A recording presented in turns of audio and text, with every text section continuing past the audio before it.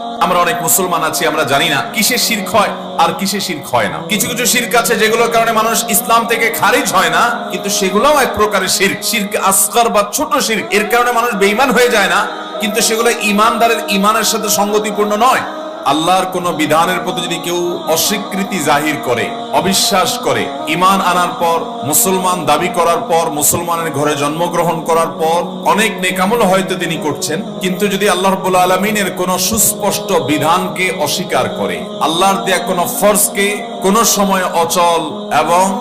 কোন সমাজে আর চলে না এরকমটি মনে করে, কিংবা আল্লাহর যে কোনো বিধানকে যদি সে তাচ্ছিল্য করে, অর্থাৎ এক কথায় আল্লাহ রাব্বুল আলামিনের আদেশ নিষেধের প্রতি বিদ্রোহ প্রকাশ পায়, আল্লাহকে অস্বীকৃতি এটি তিনি যদি প্রকাশ করেন, এ ধরনের কুফর, এবং আল্লাহর সঙ্গে যদি কাউকে শরীক সাব্যস্ত করেন, সে কোনো মানুষ হতে পারে, সে আল্লাহর কোনো সৃষ্টি হতে পারে, দৃশ্যমান অদৃশ্যমান কোনো যে কোনো বিষয় হতে পারে, আল্লাহ রাব্বুল আলামিনের স্থলাভিষিক্ত বা আল্লাহর স্থানে স্থান দেওয়া,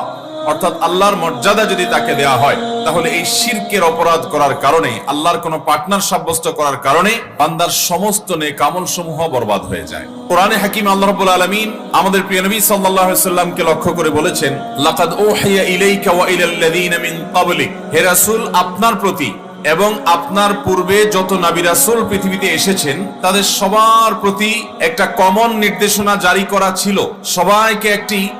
নির্দেশনা সাধারণভাবে জেনারেলি বলা হয়েছিল। সেই নির্দেশনা হলো,